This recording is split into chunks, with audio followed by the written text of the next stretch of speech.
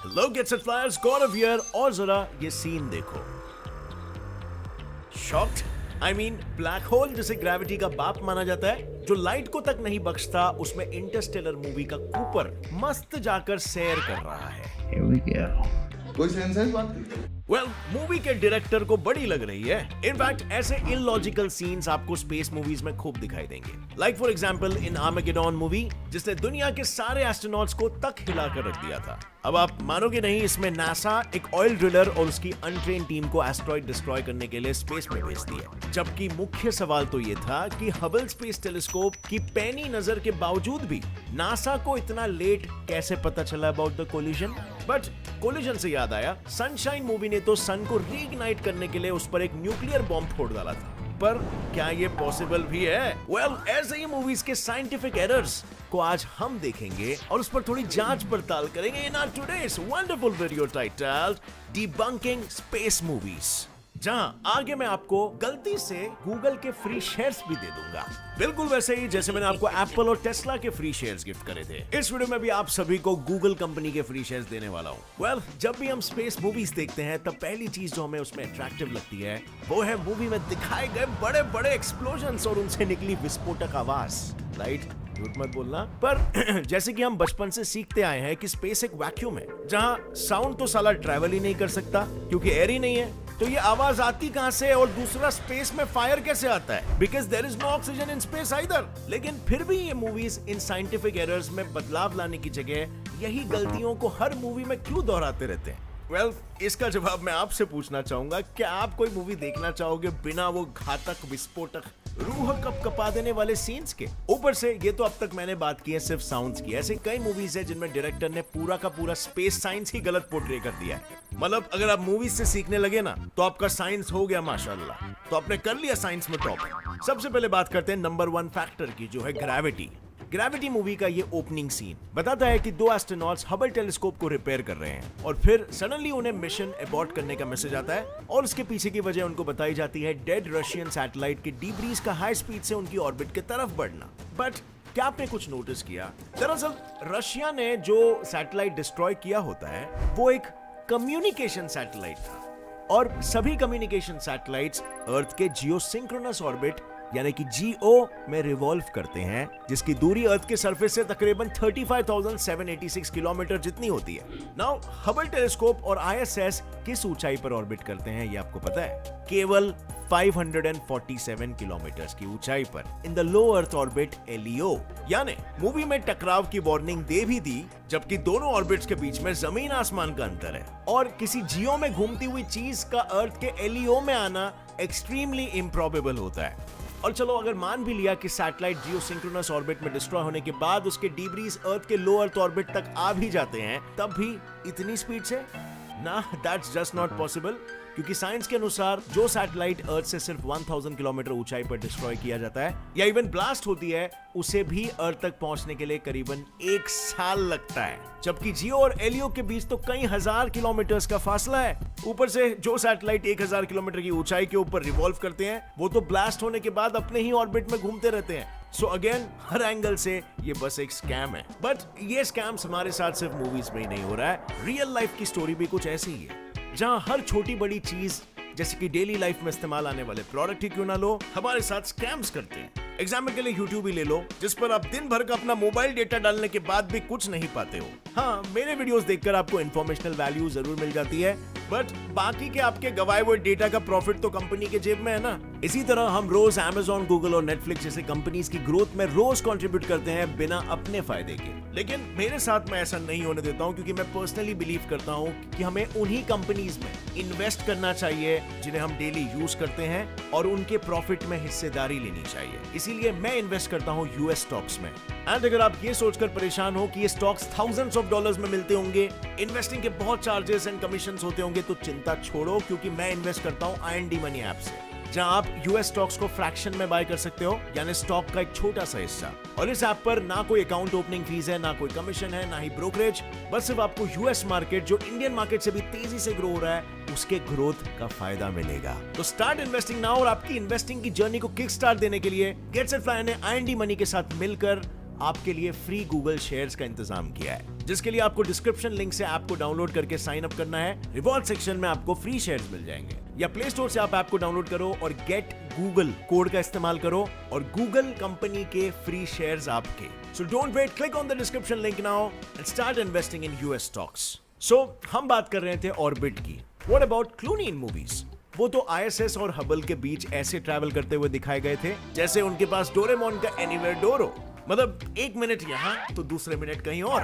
आई mean no kidding, Hubble telescope earth की orbit में 28.5 degrees inclined है और अप्रोक्सीमेटली 559 किलोमीटर्स ऑल्टीट्यूड पर है, whereas आईएसएस की ऑल्टीट्यूड है 420 किलोमीटर्स और इंक्लिनेशन 51.65 डिग्रीज है। अब इन ऑर्बिटल पैरामीटर्स के साथ यहाँ से वहां जाना मैगी बनाने जितना आसान नहीं है, और इसके लिए कई पैरामीटर्स के एनालिसिस, प्लानिंग, कैलकुलेशन और लार्ज अमाउंट ऑफ फ्यूल की जरूरत पड़ती है, जबकि इसके बारे में मूवीज में कुछ भी नहीं दिखाया गया, क्योंकि मूवी बनाते वक्त शायद वो खुद भी इस बात को जानते थे कि रियलिटी में ये एक नामुमकिन काम है and holds no scientific logic as such, just entertainment logic.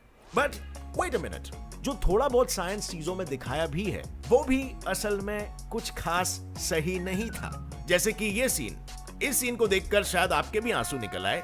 ना, इमोशनल सीन है इसीलिए नहीं, बल्कि साइंस की धज्जियां जो उड़ाई है इसमें। जैसे कि हमें पता है, जब भी एक इंसान अर्थ पर रोता है तब ग्रेविटी की वजह से उसके टीयर्स जमीन की तरफ खींचे चले आते हैं, लेकिन स्पेस में ऐसा नहीं होता, जिसके पीछे ऑब्वियस रीजन होता है स्पेस में ग्रेविटी का अभाव। लेकिन क्या इसका मतलब मूवी में दिखाया गया ये सीन सही है? वेल, नोप। मूवी में दिखाया गया है कि जैसे ही एक्ट्रेस रोती है उसके आंसू वाटर ड्रॉपलेट बनकर हवा में फ्लोट होने लगते हैं। हालांकि this is not what actually happens when you cry in space, क्योंकि thanks to astronaut Chris Hadfield आज हमें पता है कि टीयर्स का स्पेस में क्या होता है। क्रिस ने खुद एक एक्सपेरिमेंट परफॉर्म करके इसे प्रूव किया है, वो भी कुछ इस प्रकार से। मतलब अगर आप स्पेस में रो रहे हो तो आंसू निकलेंगे, लेकिन ग्रेविटी ना होने की वजह से वो फेस पर ही यहाँ वहां रेंगते रहेंगे। इनफैक्ट इस मूवी में एक और ताजुब की बात तो ये है कि डॉक्टर रायन स्टोन, जो इस मूवी में एक मेडिकल इंजीनियर दिखाए गए हैं, वो हबल टेलीस्कोप रिपेयर करते हैं। Can you imagine that? एक मेडिकल इंजीनियर जिसका मेन रोल होता है मेडिकल सॉल्यूशंस डेवलप करना, वो टेलीस्कोप रिपेयरिंग का काम कर रहा है। Interesting, right? Well, interestingly Armageddon movie में भी कुछ ऐसे ही उटपटांग स्टोरी बताई गई है। Second movie आर्मेगेडॉन।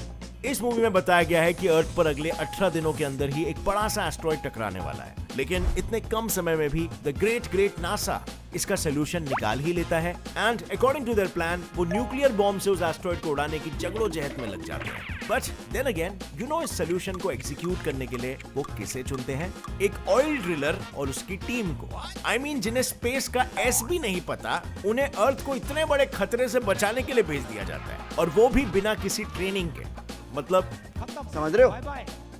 समझ रहे हो आप? समझ रहे हो? एस्ट्रोनॉट्स को जिस चीज के लिए 2 साल की कड़ी ट्रेनिंग भी कम पड़ जाती है, वो इन नौसिखियों के बाएं हाथ का खेल था, ऐसा बताकर इस मूवी ने अपने हाथ खड़े कर दिए। ऊपर से इस मूवी का एक और सरप्राइजिंग एलिमेंट ये है कि एक एस्ट्रॉइड जो पृथ्वी को हिट करने वाला है, उसके बारे में नासा को महज 18 दिन पहले पता चला। We have 18 days before it hits Earth. जबकि Hubble space telescope 8 billion miles दूर मौजूद ऑब्जेक्ट को भी बहुत पहले ही डिटेक्ट कर लेता है। And let me tell you, बात सिर्फ यहीं पर नहीं रुकी।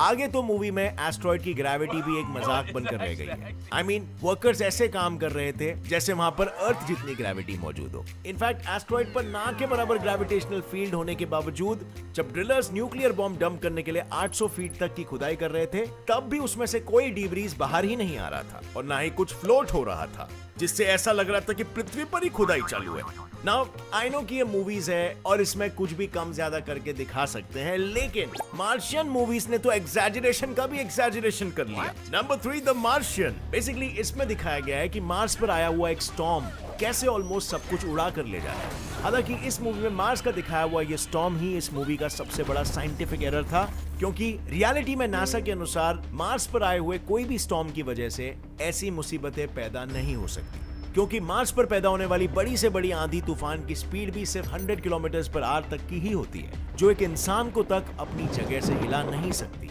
तो पूरी स्पेसशिप तो दूर की बात है, इनफैक्ट अर्थ पर आया हुआ ट्रॉपिकल साइक्लोन भी इससे ज्यादा इंपैक्ट छोड़ के जाता है और इससे 2 गुना ज्यादा स्ट्रॉन्गर विंड्स पैदा करता है। यानी मार्स पर स्टॉर्म कब आया और कब गया ये किसी को पता भी नहीं चलता होगा, लेट अलोन उसे हम डेंजरस समझे। मोरओवर मार्स के एटमॉस्फेयर की डेंसिटी भी अर्थ के एटमॉस्फेयर का सिर्फ 1% है। मतलब मार्स पर तो हवाएं चलती है बट वो काफी पतली है, जिसमें अगर स्टॉर्म्स भी आए तो भी ज्यादा से ज्यादा आपके कपड़ों पर डस्ट की मल्टीपल लेयर्स जमी होगी और आपका बाल तक बाका नहीं होगा। इनफैक्ट ऐसा एक मार्स का स्टॉर्म 2012 में नासा के क्यूरियोसिटी रोवर ने ऑलरेडी एक्सपीरियंस किया है। जब क्यूरियोसिटी रोवर को मार्स के स्टडी के लिए वहां भेजा गया था, इसी स्टडी के दौरान एक दिन अचानक से मार्स पर एक स्टॉर्म पैदा हो गया और क्यूरियोसिटी को पता चला कि ये तो फूस है, क्योंकि उससे रोवर पर एक खरोच तक नहीं आई, सिर्फ कैमरास पर कुछ डस्ट के पार्टिकल्स की लेयर कलेक्ट हो गई। मार्स के धूल से बाहर निकलकर अब थोड़ा सनशाइन की तरफ नजर घुमाते हैं डार्लिंग्स। मैं सनशाइन मूवी की बात कर रहा हूं। Number 4, sunshine. As we all know, sun के पास जाना इज इक्वल टू मौत को गले लगा। इनफैक्ट साइंटिस्ट का तो ये मानना है कि हम सन की तरफ बिना फ्राई हुए सिर्फ 144.8 मिलियन किलोमीटर तक का ही डिस्टेंस कवर कर सकते हैं। अगर इससे 1 भी किलोमीटर आगे गए तो आपका काम तमाम हो गया समझो। लेकिन आप मानोगे नहीं, इस मूवी का मेन मिशन ही सन को रीइग्नाइट करना बताया गया है, जिसके लिए वो सन के करीब न्यूक्लियर बॉम्ब ले जाते हैं, विच इटसेल्फ इज बहुत खतरनाक। बट ताजुब की बात तो यह है कि सूरज के इतने करीब जाने के बाद भी वो वहां ऐसे खड़े रहते हैं जैसे बीच पर सन बात ले रहे हो। Can you believe this? Sun जिसे आग का तपता हुआ गोला कहा जाता है, इस मूवी ने तो उसके पीछे का पूरा साइंस ही बदल दिया और उसे बहुत ही ह्यूमन फ्रेंडली बना दिया।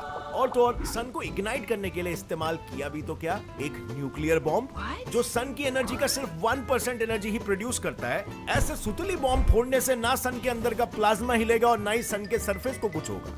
अगर रियल लाइफ में ऐसा कुछ करने का आप सोचोगे भी ना, तो उसके लिए करीबन 1 ट्रिलियन बॉम्ब्स की जरूरत पड़ेगी। 1 ट्रिलियन। खैर, अब जरा ये देखो, isn't that dangerous? मतलब जैसे ही कोई सेलेस्टियल बॉडी ब्लैक होल के पास जाती है, वो उसे लिटरली एक नूडल की तरह अंदर की तरफ खींच लेता है। I mean spaghettification, right? अब जरा इसी के जगह इंटरस्टेलर मूवी का ये सीन देखो, जिसमें कूपर ब्लैक होल की सैर कर रहा है। I mean absurd, right? Well, चलिए इस absurdity को डिटेल में डिबंक करते हैं। Number 5, Interstellar. Now I know कि रियल लाइफ में ये आपको खुद को पता है कि ब्लैक होल के अंदर जिंदा जाना is next to impossible, because black hole के पास की ग्रेविटी बहुत ज्यादा होती है, जिसकी वजह से उसकी ग्रेविटेशनल फील्ड के अंदर कोई भी ऑब्जेक्ट आया तो उसका बच पाना नेक्स्ट टू इम्पॉसिबल है। लेकिन इस मूवी में बताया गया है कि एक पूरा स्पेसशिप ऑलमोस्ट ब्लैक होल के एक्रीशन डिस्क के पास से गुजर जाता है, वो भी सही सलामत। लेकिन सबसे बड़ा सवाल तो ये था कि इन्हें ब्लैक होल दिखा कैसे? अब फ्रेंड्स, जैसे मैंने कहा कि ये सभी मूवीज है और मूवीज में हर नामुमकिन चीज मुमकिन हो जाती है, क्योंकि मूवीज का मेन मकसद ही होता है entertainment. So let us all take it with a pinch of salt. Movies देखने में सभी को बहुत मजा आया, आई एम डैम श्योर। अब यहाँ पर एक पैराडॉक्सिकल क्वेश्चन मैं आपको पूछना चाहूंगा। अगर मूवीज में आपको सही फिजिकल लॉज और इवेंट्स दिखाने लग गए, तो क्या आप मूवी को देखना पसंद करोगे? क्योंकि उसकी एंटरटेनमेंट वैल्यू तो कम हो जाएगी। क्या आप ऐसी मूवी पसंद करोगे? नीचे कमेंट सेक्शन में मुझे बताना, जो एक्यूरेसी से फिजिक्स के ट्रू लॉज बताती है और फिर चाहे आपको इतना एंटरटेनिंग ना भी लगे। वीडियो से कुछ भी नया सीखने मिला तो एक लाइक जरूर ठोकना, और ऐसे इंटरेस्टिंग नॉलेजेबल वीडियोस आगे भी देखने के लिए, अपने ज्ञान को बढ़ाने के लिए चैनल को सब्सक्राइब कर लो। एंड जाते जाते डिस्क्रिप्शन लिंक से IND मनी पे साइन अप करके अपने फ्री गूगल शेयर्स ले जाना मत भूलना, जिसकी लिंक नीचे डिस्क्रिप्शन में है। और अगर आप प्ले स्टोर से IND मनी ऐप को डाउनलोड कर रहे हो तो use coupon code GETGoogle। With that said, as always friends, stay curious, keep learning, keep growing. Jai Hind!